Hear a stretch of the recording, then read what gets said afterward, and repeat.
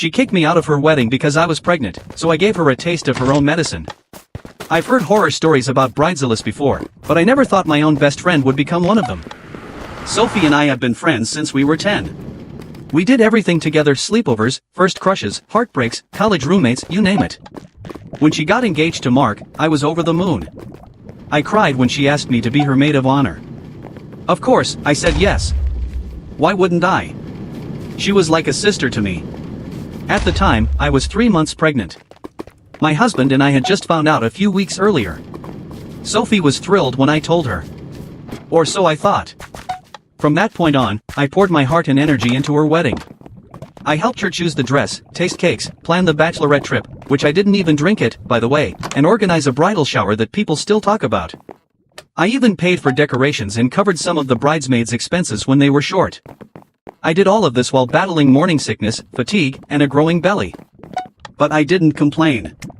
Not once. Then came the moment that shattered everything. 3 weeks before the wedding, I got a message from her, not a phone call, not even a voice note. Just a message. Hey hun. So I've been thinking. I really appreciate everything you've done, but I think it's best if you don't stand with the bridesmaids during the ceremony.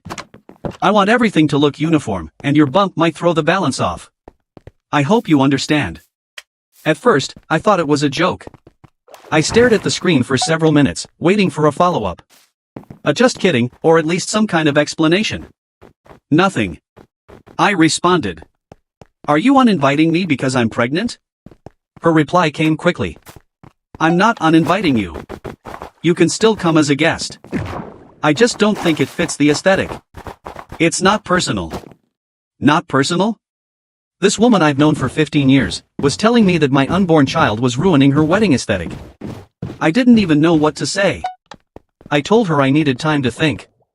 Then I didn't answer her calls for 2 days. I was too hurt. When I finally responded, I told her I wouldn't be attending at all.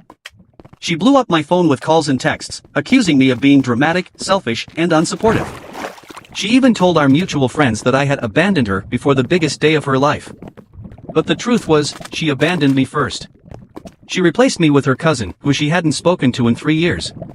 Suddenly, Cousin Ashley was maid of honor, smiling in dress fittings and giving a speech I had spent months writing. The day of the wedding, I stayed home. My husband held me as I cried. Not because I wasn't at the wedding, but because I realized I had lost someone I thought was my family. Here's the kicker: a week later, she called me sobbing. Apparently, the cousin she replaced me with got drunk at the reception, cursed out the groom's mother, and was caught making out with one of the groomsmen, who was married. The whole thing was a mess. Sophie begged me to forgive her.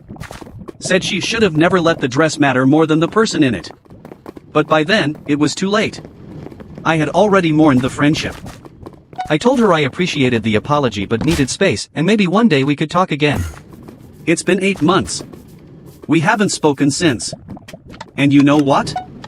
My baby boy was born healthy, strong, and full of love, everything that friendship turned out not to be. Sometimes, the people you thought would stand by you for life vanish when you stop fitting their picture-perfect frame. But I've learned something. A real friend doesn't ask you to shrink yourself to fit their vision.